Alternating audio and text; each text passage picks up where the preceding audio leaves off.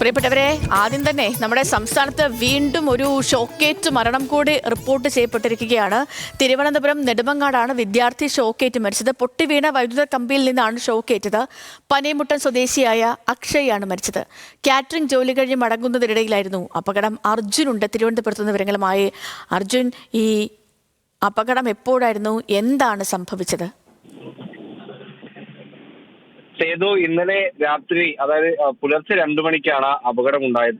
അക്ഷയും 2 സുഹൃത്തുക്കളും ആയി 3 പേർ ഒരു ബൈക്കിൽ കാറ്ററിംഗ് ജോലി കഴിഞ്ഞ് തിരിച്ച് വീട്ടിലേക്ക് മടങ്ങുന്നതിനിടെയാണ് അപകടമുണ്ടായത്. തിരുവനന്തപുരം നെടുമങ്ങാട് പനയമുട്ടം എന്ന സ്ഥലത്ത് വെച്ചാണ് അപകടം. അതായത് റോഡിലേക്ക് പൊട്ടി വീണ് കിടന്ന വൈദ്യുതി കമ്പിയിൽ നിന്നാണ് അക്ഷയ്ക്ക് ഷോക്കേറ്റത്. റോഡിൽ മഴ പെയ്തിട്ടാണോ അറിയില്ല, ഒരു മരം ഒപ്പമുണ്ട്. ഈ പോസ്റ്റിന്റെ കൂടെ ഒരു മരവും ഉണ്ട്. അതിനൊപ്പം റോഡിലേക്ക് ഈ വൈദ്യുതി കമ്പി പൊട്ടി വീണാണ് അപകടം ഉണ്ടായിട്ടുള്ളത്. അനാസ്ഥയായി തന്നെ പറയേണ്ടി വരും. കാരണം ആ പോസ്റ്റ് കണ്ടാൽ അറിയാം, പഴകിയ ഒരു പോസ്റ്റാണ്, തുരുമ്പെടുത്ത് ദ്രവിച്ച ഒരു പോസ്റ്റാണ് കണ്ടത്. അതായത് പെട്ടെന്ന് റോഡിലേക്കൊക്കെ വീഴാൻ സാധ്യതയുള്ള പോസ്റ്റ് ആണ് വീണതെന്നാണ് മനസ്സിലാക്കുന്നത്.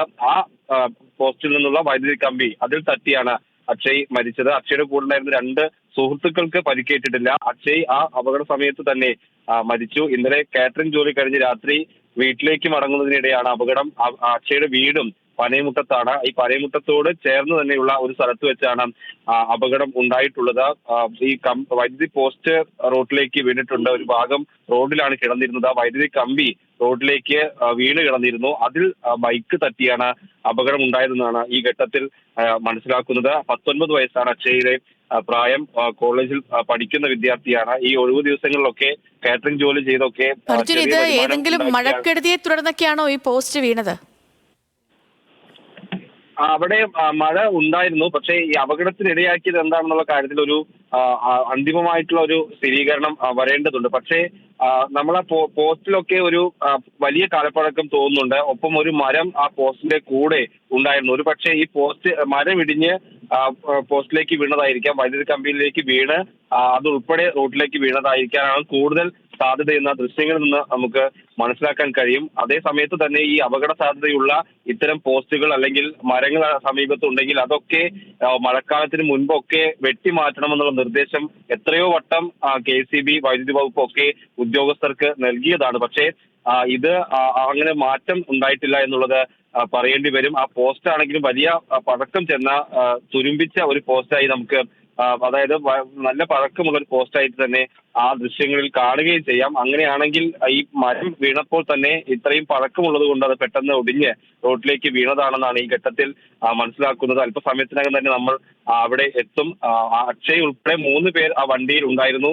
മറ്റ് 2 പേർക്ക് അപകടം ഉണ്ടായിട്ടില്ല എന്നുള്ളത് ചെറിയൊരു ആശ്വാസമാണ്. പക്ഷെ അതേ സമയത്ത് തന്നെ 19 വയസ്സുള്ള വിദ്യാർത്ഥിയായിട്ടുള്ള ഒരു കുട്ടി, ആ കുട്ടിയുടെ മരണം സംഭവിച്ചു എന്നുള്ളത്, ഈ പറയുന്ന മിഥുന്റെ ഒക്കെ മരണം നടന്ന് അതിന് തുടർച്ചയായി വീണ്ടും ഇത്തരത്തിലുള്ള ചിത അടങ്ങിയിട്ടില്ല അർജുൻ. അതാണ് കഷ്ടം. മിഥുന്റെ ഈ മരണമുണ്ടായി ആ ചിത അടങ്ങിയിട്ടില്ല. അതിനു മുൻപ് സംസ്ഥാനത്ത് വീണ്ടും ഷോക്കേറ്റ് ഒരാൾക്ക് കൂടി, ഒരു വിദ്യാർത്ഥിക്ക് കൂടി ജീവൻ നഷ്ടപ്പെട്ടു എന്ന് പറയുന്നത് അത്രമേൽ ദുഃഖകരമായ കാര്യമാണ്. ഇപ്പോൾ അക്ഷയുടെ മൃതദേഹം എവിടെയാണ്? തിരുവനന്തപുരം മെഡിക്കൽ കോളേജിലാണോ?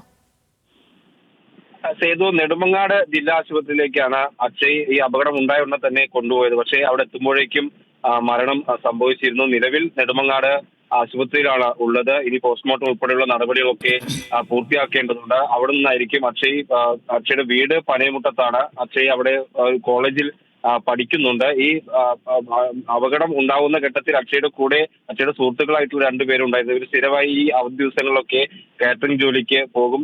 ശനി ഞായർ ദിവസങ്ങളിലൊക്കെ ജോലിക്ക് പോയി ചെറിയ വരുമാനമൊക്കെ അങ്ങനെയൊക്കെ സ്വരൂപിക്കുന്ന വിദ്യാർത്ഥിയാണ്. അങ്ങനെ ഇന്നലെ അതുപോലെ ജോലിക്ക് പോയി കാറ്ററിംഗ് ജോലി കഴിഞ്ഞ് തിരിച്ച് വീട്ടിലേക്ക് പോകുന്ന സമയത്താണ് 2 മണിയോട് കൂടി ഇത്തരത്തിലൊരു അപകടം ഉണ്ടായിട്ടുള്ളത്. ആ അപകടത്തിൽ ഷോക്കേറ്റ് ആ സമയത്ത് തന്നെ അക്ഷയുടെ മരണം സംഭവിച്ചു എന്നാണ് അറിഞ്ഞത്. അതിനുശേഷം പെട്ടെന്ന് ആശുപത്രിയിലേക്ക് കൊണ്ടുപോയി. അക്ഷയ് അപ്പോഴേക്കും മരണം സ്ഥിരീകരിച്ചിരുന്നു. ഇപ്പോൾ നെടുമങ്ങാട് ആശുപത്രിയിലാണ് മൃതദേഹം. ഓക്കെ അർജുൻ, ശരി. തിരുവനന്തപുരം നെടുമങ്ങാടാണ് വിദ്യാർത്ഥി പൊട്ടിവീണ വൈദ്യുതി കമ്പിയിൽ നിന്നും ഷോക്കേറ്റ് മരണപ്പെട്ടത്. വിവരങ്ങൾ നൽകുകയായിരുന്നു തിരുവനന്തപുരത്ത് നിന്ന് അർജുൻ രാജ്.